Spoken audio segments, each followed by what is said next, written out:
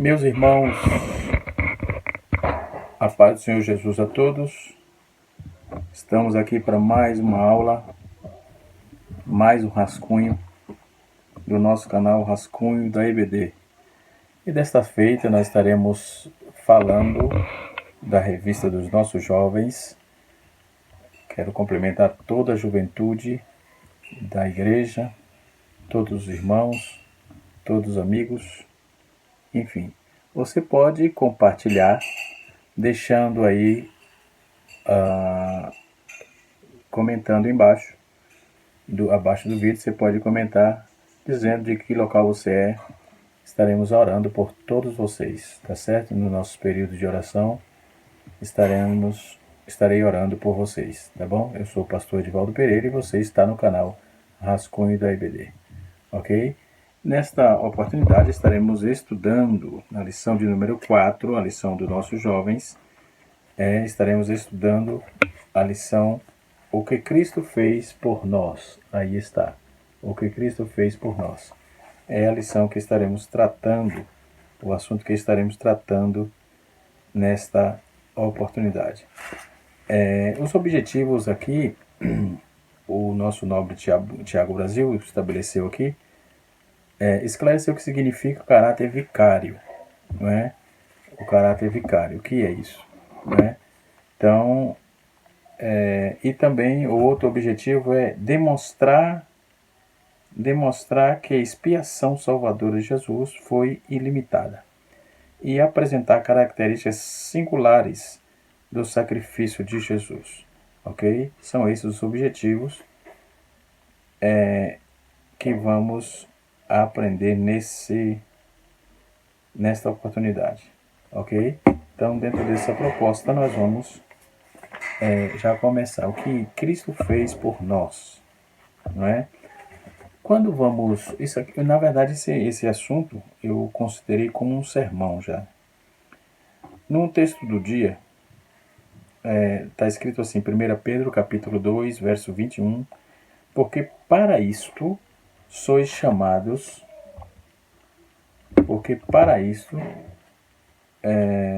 sois chamados também Cristo padeceu por nós, deixando-nos exemplos para que sigas as suas pisadas. Muito bem. Então vamos partir já para a nossa lição, não é? Então, a morte vicária. O que é vicária? É o objetivo de substituir, né? O que faz trabalho de outra coisa, de outra pessoa. Então isso é questão de substituição, não é? O objetivo de se substituir, entendeu? Então no jurídico, no conceito jurídico, é otorgar a procuração para alguém, entendeu? Então isso é vicário. Então a questão da vicária de Cristo, ele substituiu. Quem tinha que morrer era nós, e ele morreu em nosso lugar, ok? Então isso é reconhecido de todos praticamente, só para trazer e sintetizar aqui o nosso assunto, né? Muito bem, então dentro dessa proposta nós vamos trazer aí esse conceito. Então, na questão da morte, ele foi o substituto, ele morreu por nós na cruz para livrar a humanidade do pecado, entendeu? Então, dentro desse conceito, ele realmente nos trouxe aí a substituição, morreu por nós em vez de nós, amém? Morreu por nós em vez de nós, e agora temos que servi-lo, não é? E isso não é compulsório não é? Isso é devoção. Você deve servir ao Senhor com toda a sua alma, porque você que estava morto em delito e pecado, e ele salvou a sua alma, ok? Dentro desse conceito, ele fez a expiação salvadora, não é? Ele morreu por todos, salvando todos nós, ok? Então, vamos trabalhar em cima dessa proposta, ok? Um assunto bom que vai nos trazer aí bastante conteúdo para a questão da visão de substituição, né? Então, expiação da salvação é um alicerce aí para o cristianismo verdadeiro, ok? Em Colossenses capítulo 1, versículo número 13 a 14, o texto vai dizer assim: Ele nos libertou do império das trevas e nos transformou por o reino do Filho do seu amor, no qual temos a redenção e remissão dos pecados. Esse fato é inquestionável, né? A obra realizadora, a redentora de Cristo no Calvário, enfim, então esse fato é impressionante. Então, ele, quando fez uma reunião com os 12, né, ele trouxe a nós a liberdade de estar buscando aí tudo aquilo que temos relacionado ao Senhor. Então, o primeiro fator que ele fez, não é o que ele fez por nós, foi substituir-nos, tirar o castigo que era nosso. Ele morreu por nós e dentro do castigo que era nosso, ele substituiu, morrendo na cruz por nós outros. Amém? Então, dentro desse conceito, nós vamos aprender que, primeiro, ele nos libertou. Né? Paulo diz que ele nos libertou do império das trevas. Então, ele nos libertou, né, trazendo a nós a liberdade que precisávamos, né? Através da morte substituta, ele morreu por nós, trazendo vida e vida com abundância, todos nós, ok? Então, dentro desse contexto, ele nos libertou. Uma vez que estamos libertos em Cristo, agora temos que frutificar e produzir frutos dignos de filhos de Deus, dignos de arrependimento, para que possamos desfrutar de tudo quanto Deus, quanto Cristo tem para nós outros. Amém? Então, o primeiro ponto da nossa lição é um ponto importantíssimo, visto que na nossa lição aqui, o comentarista vai trabalhar a proposta da morte vicária. Então, quem nos amaria como Jesus amou? Né? Quem, além do nosso bondoso Salvador, seria capaz de enfrentar um conjunto de dores de agonia, né, de angústia para garantir-nos a salvação? A resposta é simples: ninguém faria isso, ok? Ninguém faria isso, só o Senhor. Então, ele entregou-se completamente por nós, né?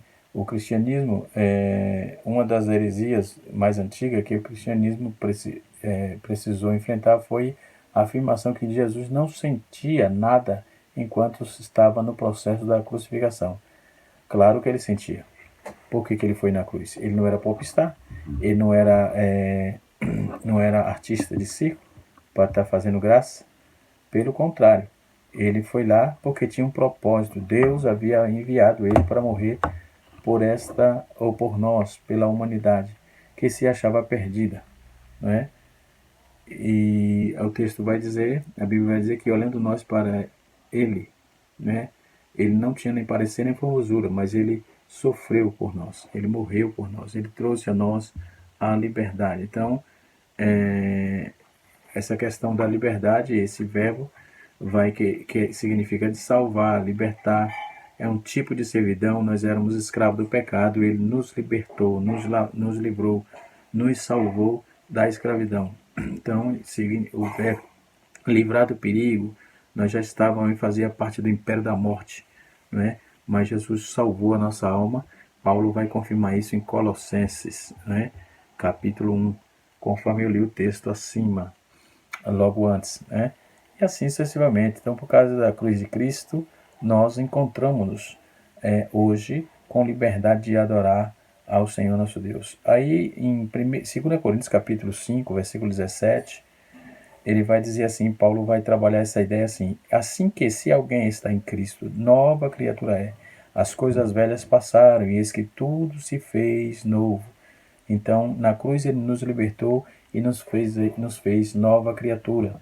Então, somos literalmente agradecidos ao Senhor por este beneplácito, né? Este benefício, porque nós não éramos, não somos e seremos jamais capazes de livrar nós mesmos de uma tal condenação, ok? Depois o escritor vai colocar assim como ele fez, assim também nos fará, né? Então, 1 Pedro, capítulo 2, versículos 19 e 15, encontramos que uma das mais contundentes afirmações do Novo Testamento sobre o imperativo da nossa identificação com Jesus, ou seja, sua opção por sofrer pela justiça e em nossa sociedade contemporânea, de modo especial na brasileira, um anseio coletivo da justiça. Esperamos que as instituições cumpram seu papel social, que os governos empenhem-se no serviço da população e que as leis e julgamentos se espalhem e o desejo do mundo, de um mundo melhor. Infelizmente não é isso que constatamos, né? Mas dentro do contexto cristão, nós só temos mais é que festejar e glorificar ao Senhor nosso Deus, visto que nós estávamos perdidos e Ele libertou-nos e nos salvou do império da morte, levando-nos para o reino do seu amor. Não é? Outro fator importante é que Cristo nos transportou para o reino do seu amor. Né? Ele nos tirou da região da morte. Nós éramos condenados à morte. Como também Ele transportou para dentro do reino de luz, ou seja, o reino do Filho do seu amor. Houve um translado por meio da morte substituta, da morte vicária, não é? E quando vamos trabalhar isso, dá vontade aqui de pregar um sermão cristocêntrico, até porque o assunto é pertinente e nos chama a isso, mas como o fator é ensino, vamos à frente.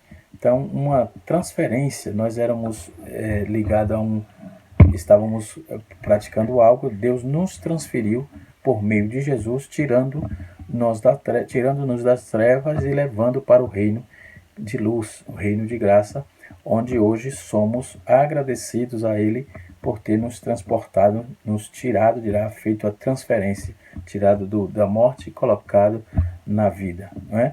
Então, é uma mudança imediata de local. Deus nos tirou do império das trevas para o reino de luz. Deus mudou a nossa posição.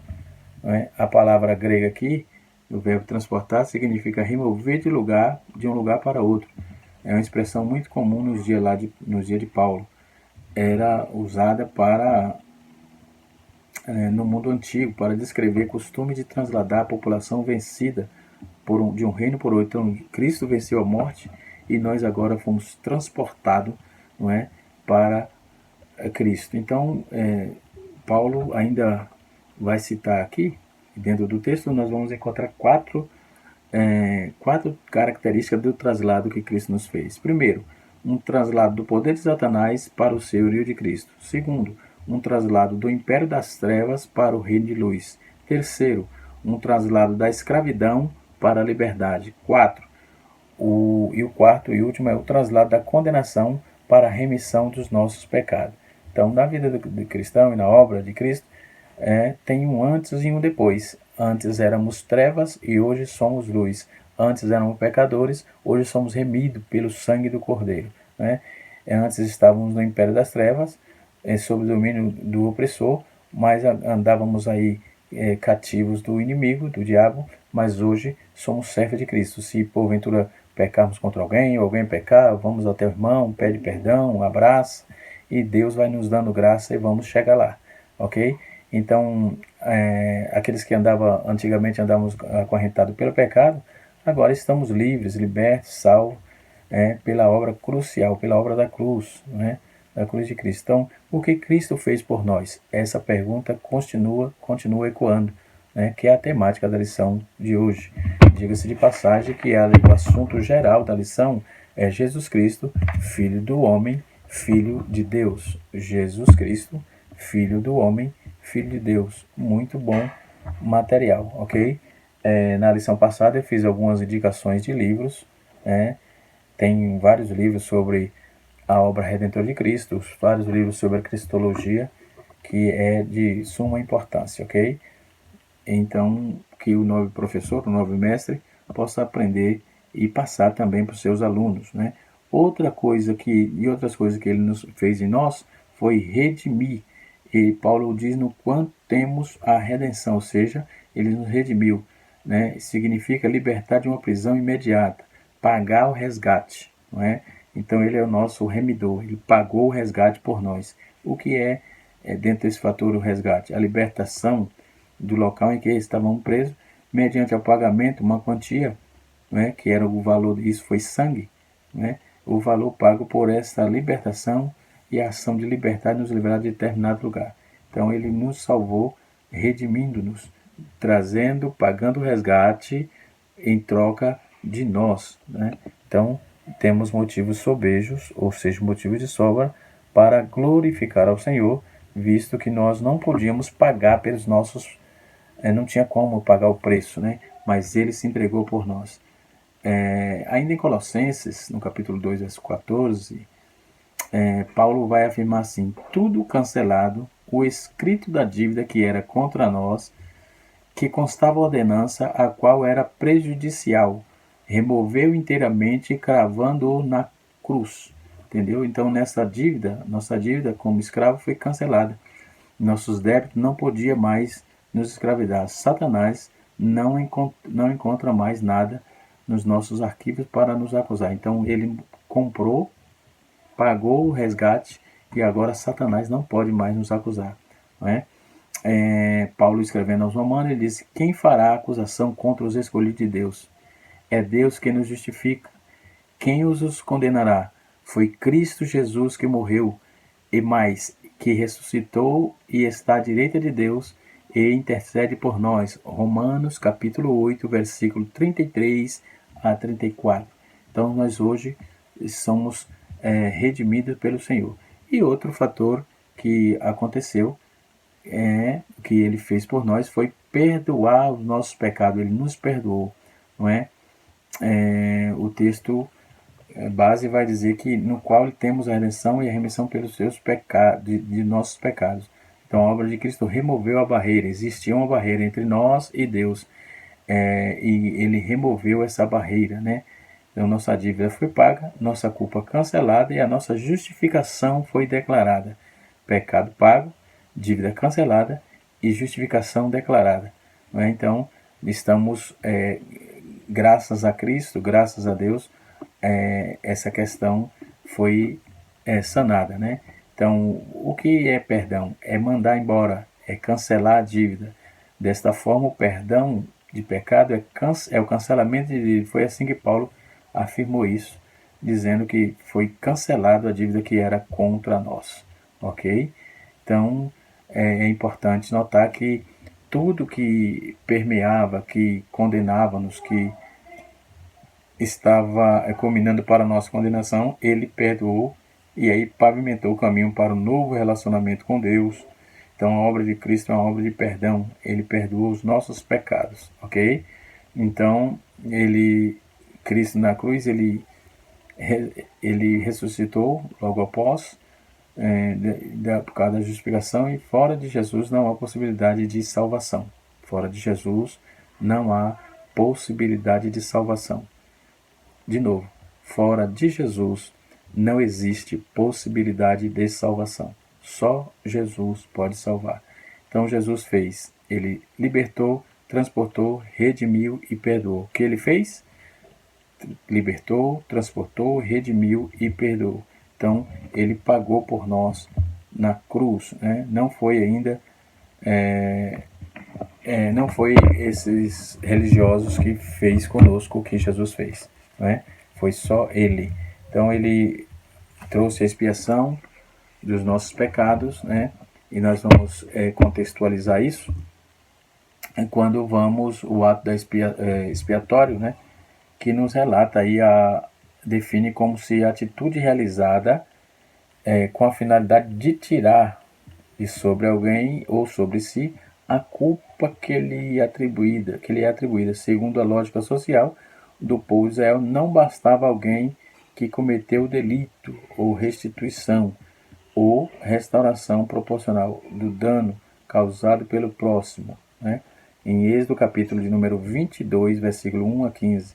Então era necessário também um sacrifício expiatório diante do Senhor para retirar-lhe o peso da condenação, conforme Levítico capítulo 6, versículo de 1 a 7.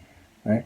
E assim vamos caminhando, né? Dando glória ao Senhor e o bendizendo na beleza da sua santidade, né? O que Cristo fez por nós? A pergunta continua, né?